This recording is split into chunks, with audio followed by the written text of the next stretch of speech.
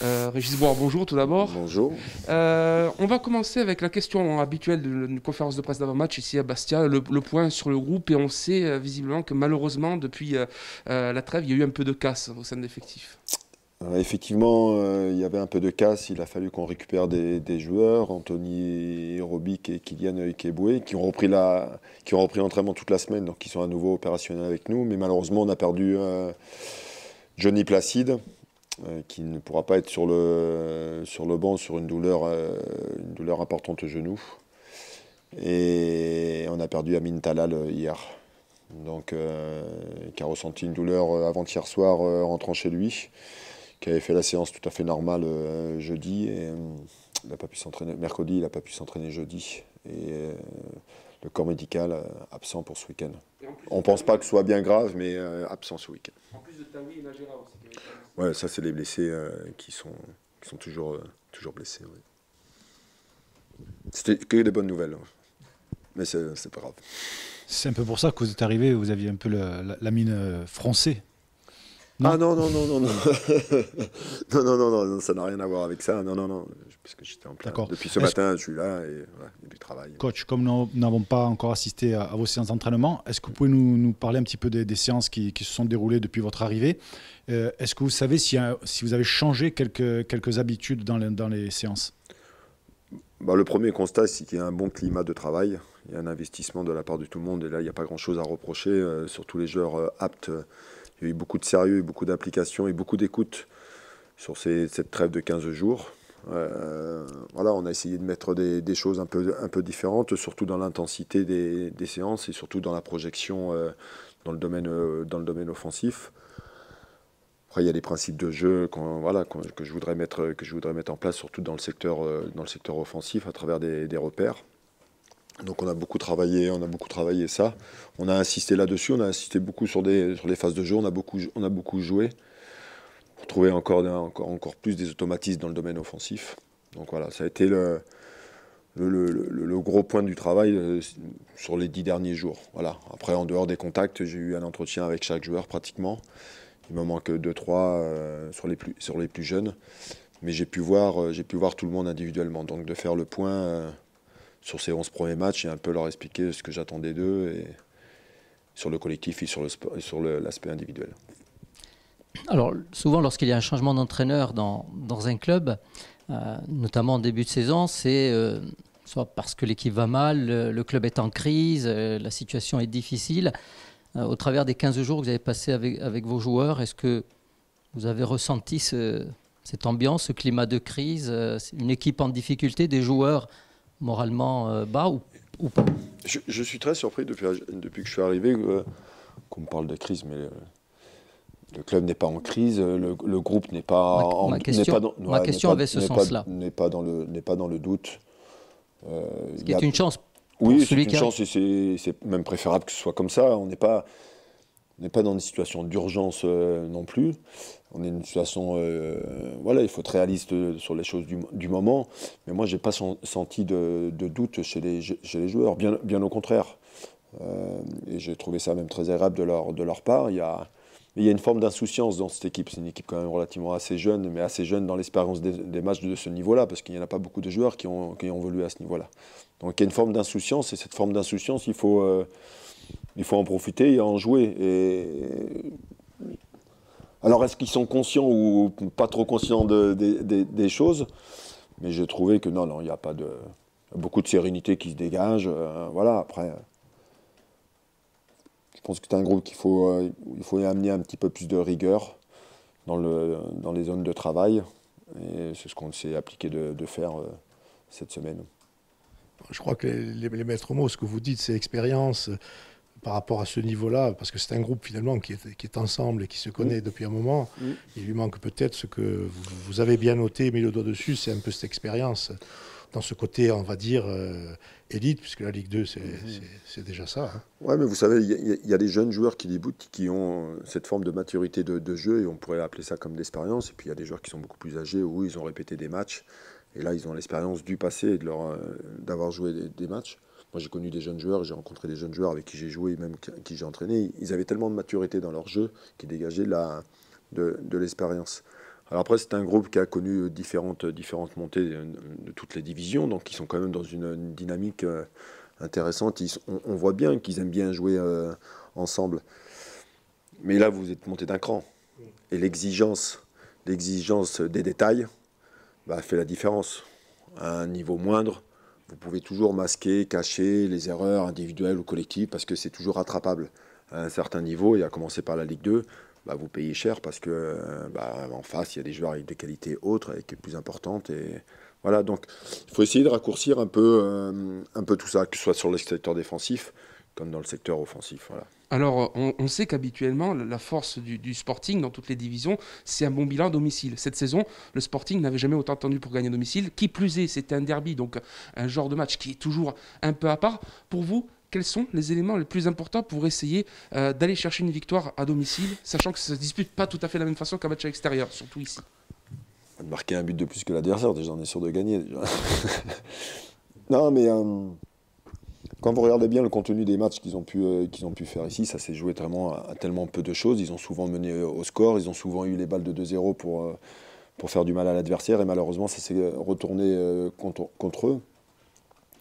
On cherche des solutions. Pourquoi ils n'ont pas pu, j'aime pas trop utiliser ce mot, tuer les matchs sur des balles de 2-0.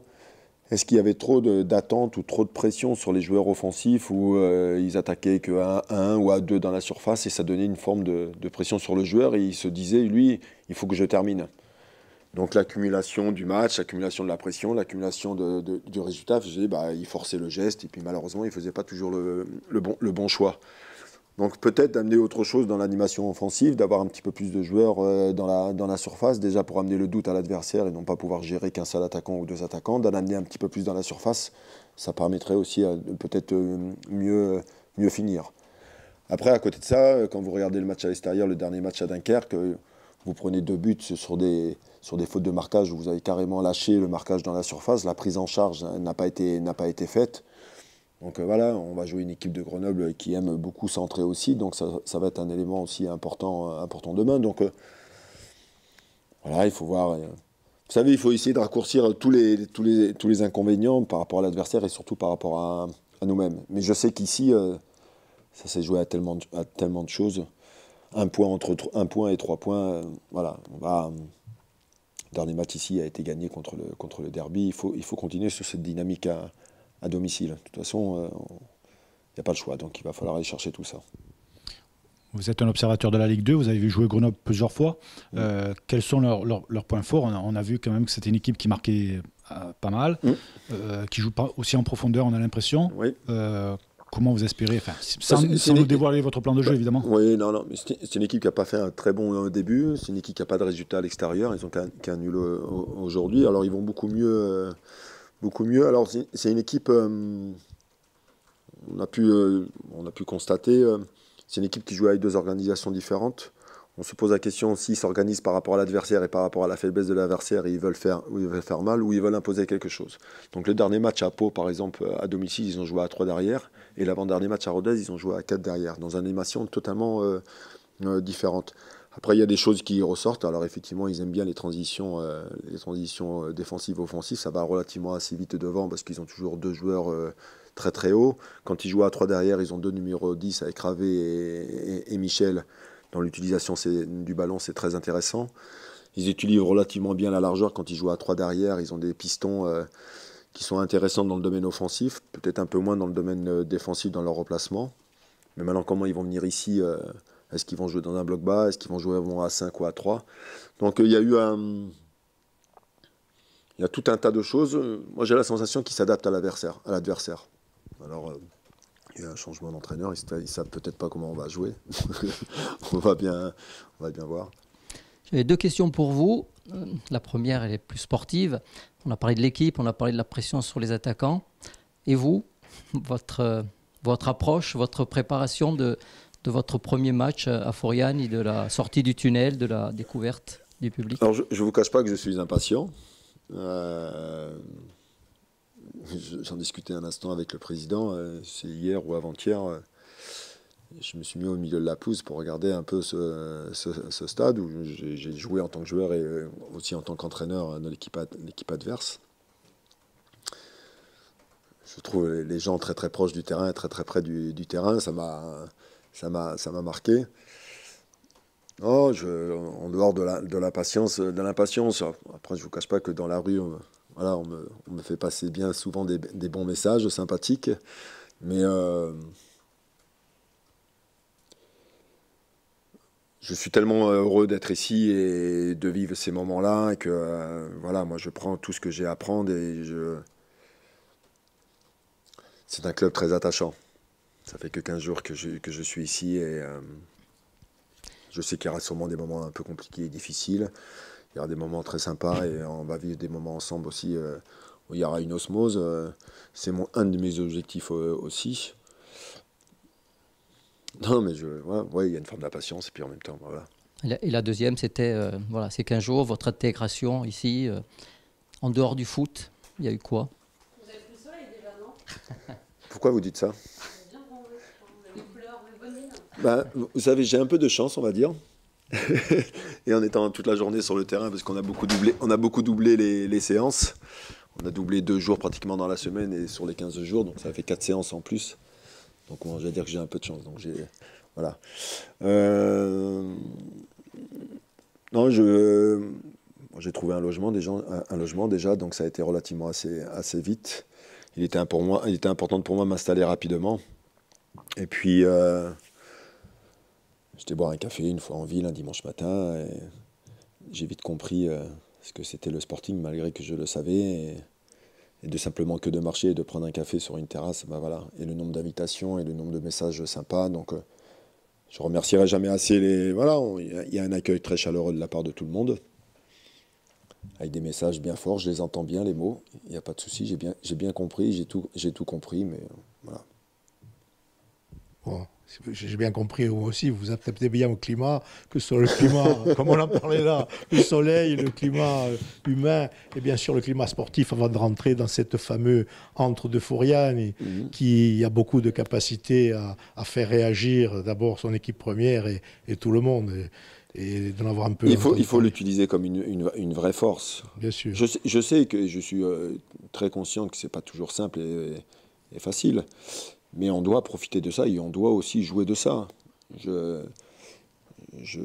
l'ai dit et je l'ai déclaré quand je suis arrivé, le public et la présence de public nombreux va nous faire gagner des points à domicile. C'est une évidence. Et si on ne sait pas profiter de ça, bah, quelque part on est des abrutis, c'est pas possible de pas... Il faut canaliser. Il faut savoir canaliser. Alors on dit souvent la gestion des émotions. Les émotions, ils sont fortes, que ce soit en haut comme en bas. Mais...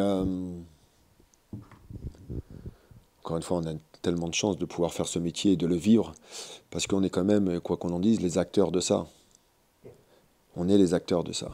Et il y a bien un nombre de personnes ou de gens ou de joueurs qui voudraient bien être à notre place. Donc qu'on soit un peu conscient de toutes ces choses-là. Il est préférable d'être acteur des choses. Au moins on fait les choses qu'on a décidé de faire. Et ça, pour moi, c'est important.